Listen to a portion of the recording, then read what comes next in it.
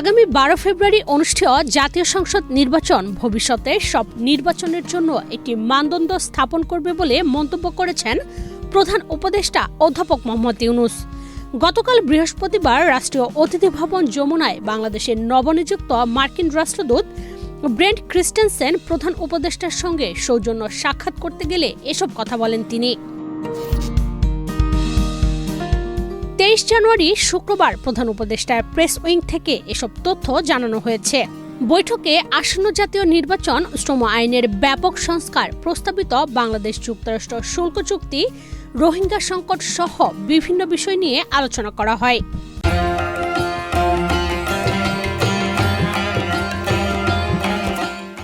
এ সময় প্রধান উপদেষ্টা বলেন, 12 ফেব্রুয়ারির নির্বাচন অবাধ, সুষ্ঠু ও স্বচ্ছ হবে।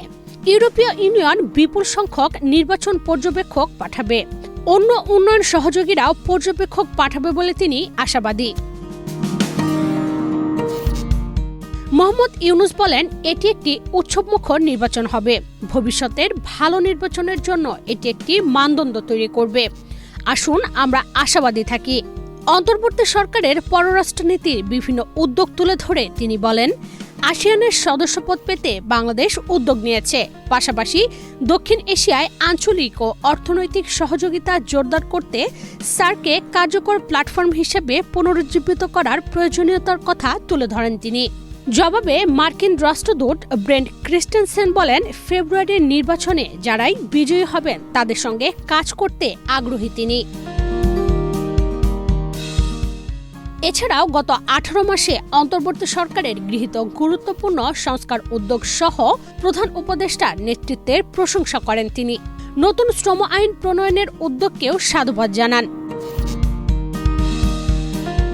প্রধান উপদেষ্টা যুক্তরাষ্ট্রের প্রেসিডেন্ট ডোনাল্ড ট্রাম্পকে বাংলাদেশের পণ্যের ওপর শুল্ক কমানোর জন্য ধন্যবাদ জানান।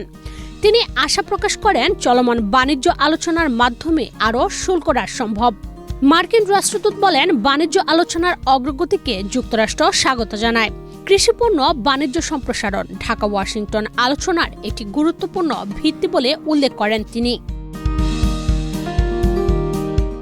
বৈঠকে রোহিঙ্গা প্রসঙ্গে প্রধান উপদেষ্টা বলেন, বাংলাদেশের দক্ষিণ পূর্বাঞ্চলের শিবিরগুলোয় বসবাসরত 10 লাখের বেশি রোহিঙ্গা মুসলিমের জন্য যুক্তরাষ্ট্রের অব্যাহত মানবিক সহায়তার প্রতি বাংলাদেশ কৃতজ্ঞ।